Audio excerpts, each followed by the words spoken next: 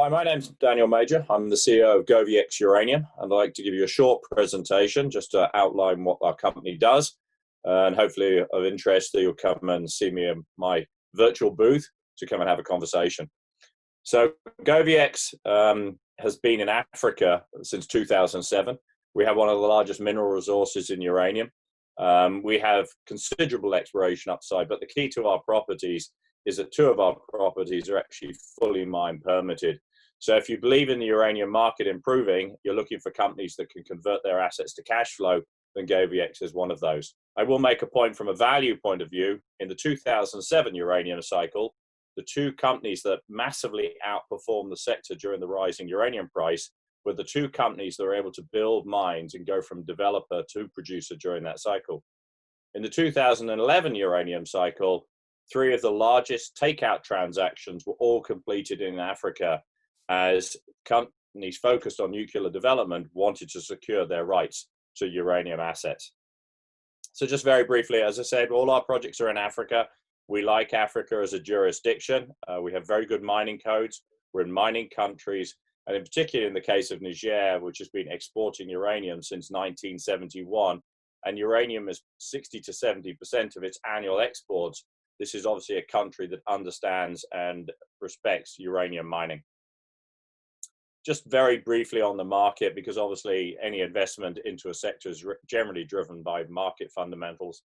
The WNA in September of last year put out their latest forecast, and I draw your attention first to the black line at the top. That is their forecast on demand. And then the two blue bars stacked up. That is existing assets and secondary supplies, and clearly shows an ongoing supply deficit is developing in the uranium market.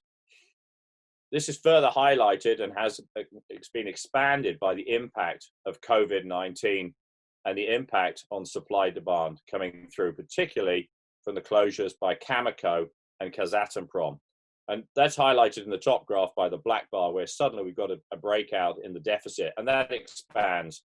The problem is, to replace a new mine and bring new mines on needs considerably higher uranium prices, as the cost curve on the top right-hand side shows that we're looking at least $60 to bring on 90% of the world's supply.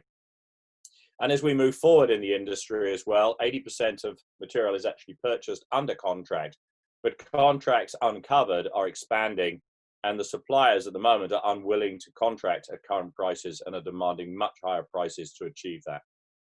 So we are looking forward, and we're seeing prices already tightening up. We've gone up $10 since March of this year, and we expect further advancement in the price during the rest of 2020. So where's GoviEx in this? GoviEx strategy is to become a developer. We have those permitted projects. So our intention is to advance the Madaouela project in Niger first, and then follow that with the Matanga project in Zambia. Madaouela is 80% owned by GoviEx and 20% owned by the government of Niger. It's right in the middle of the uranium mining district in Niger. We are next door to Orano's mines at Cominac and Somalia. Importantly for us and global supply, Cominac closes in March of next year, reducing Nigerian exports by 50%. So obviously there's a lot of interest by the government and support by the Nigerian government to get Madaouela up and running as an operation. One of the benefits of being next to two operating mines is all the infrastructure is there: roads, power, water. And with Cominac closing, a fully trained workforce is available who's used to mining in uranium. The numbers I present here are for a project that was set out in 2015. It showed we would have a 21-year mine life, producing just under 3 million pounds per annum at a cash cost of $24 a pound. What GoviEx has been doing since then, though, is looking at optimizing that and further reducing the operating costs. We've set out ourselves a benchmark of making sure that this project will work at less than $50 uranium under contract, and we're looking at improving its bankability, taking out technical and operating risk where we can see them, and structuring the project to make it as credit easy as possible. We had already started engaging with credit facilities, particularly the export credit agencies, and they found that Niger is credit worthy and it is worth investing in. We had also started initial discussions regarding offtake. And that is one of the reasons why in this, going into the second half of this year, we will produce a brand new PFS. This will allow us to re-engage those credit parties and the offtake parties, and hopefully be able to show to them we have a project that is ready, permitted, and works at less than $50 uranium. One of the benefits that GoviEx also has is it has a second project. So while many of our peers out there have uranium projects, GoviEx has the advantage of having more than one project. So we have the Matanga project. It's down near Zimbabwe on Lake Kariba in Zambia. We have 140 kilometers of strike length here, but importantly, 3 mining permits interconnected. Again, a lot of exploration upside. This is a low capital project, slightly higher operating cost, but its break-even cost for this one is actually lower than for Madahuela. We do Madahuela first in this year because it has the lower operating cost, but a very simple project. So if we see the continued extension of the uranium market, improvement going through, and we get Madahuela up and running, Zambia would be the next project on our pipeline. In addition to this, we actually have the Falea project, and I won't put a slide up, but there is one on our slide deck on our website if you want to see it.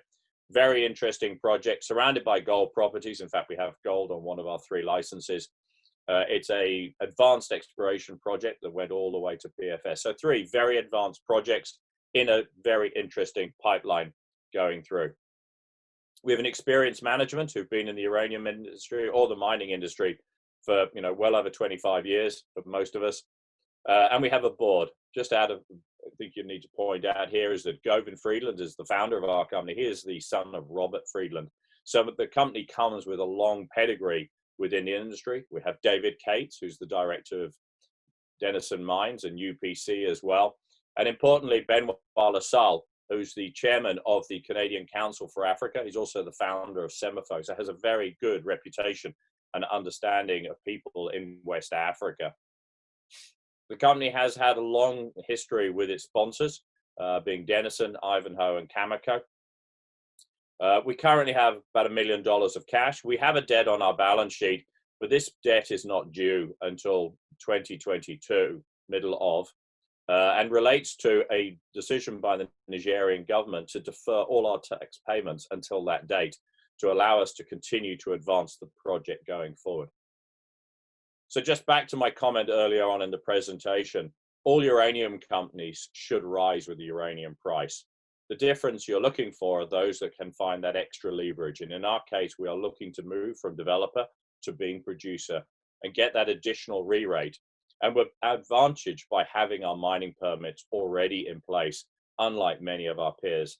And I will just remind you at this point again, in the last cycle, the 3 biggest transactions were in Africa, where multinationals were looking to acquire long-term supply and can have control over it. So just summarizing, large resource, management are already there, a lot of exploration upside, permitted projects, and a focus on development. Thank you very much, and hopefully I'll see some of you at our virtual booth.